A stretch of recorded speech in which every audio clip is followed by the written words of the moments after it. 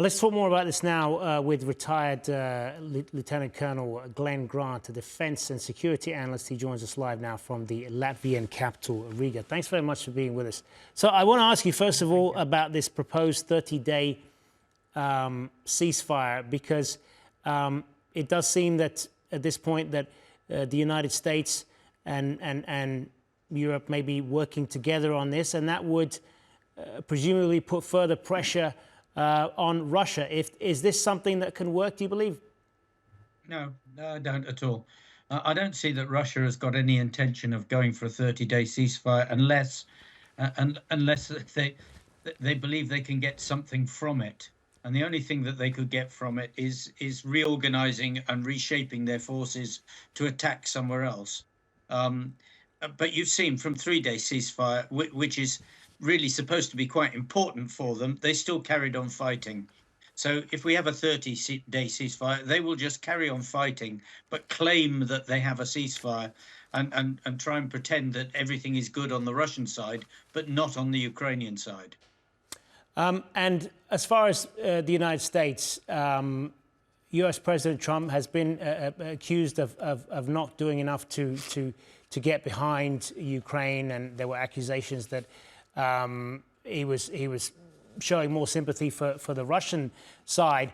Do you see that continuing? Because there are, I mean, obviously it's kind of unpredictable with Trump, but where do you see the next thing that he might do?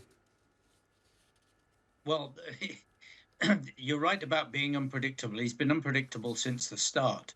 What he wants is peace. So he says what he wants is the war to stop, and a ceasefire is not going to do it because Putin will just keep going.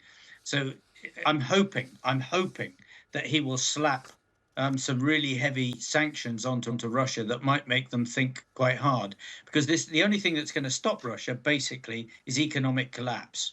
Otherwise, they're just going to keep piling troops onto the front line and keep fighting.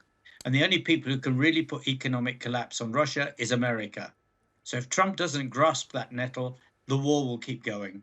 Just to pick up on the economic pressure, I mean, this war's been going on for longer than 3 years now, and there has been various levels of economic sanctions applied on Russia. But as many have argued, there is a whole other world that has not, in which Russia can still do business, that is not affected by sanctions. Won't they just continue to operate in that sphere?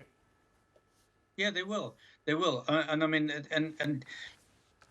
but America has the ability to do something, because it can actually close down on a whole lot of economic areas. The problem is that Trump is actually messing up the capacity to do things by bringing in others to help against Russia by his tariffs plan. So on one hand, he talks a good talk about doing things, and on the other hand, he's messing it up by just completely nonsensical actions.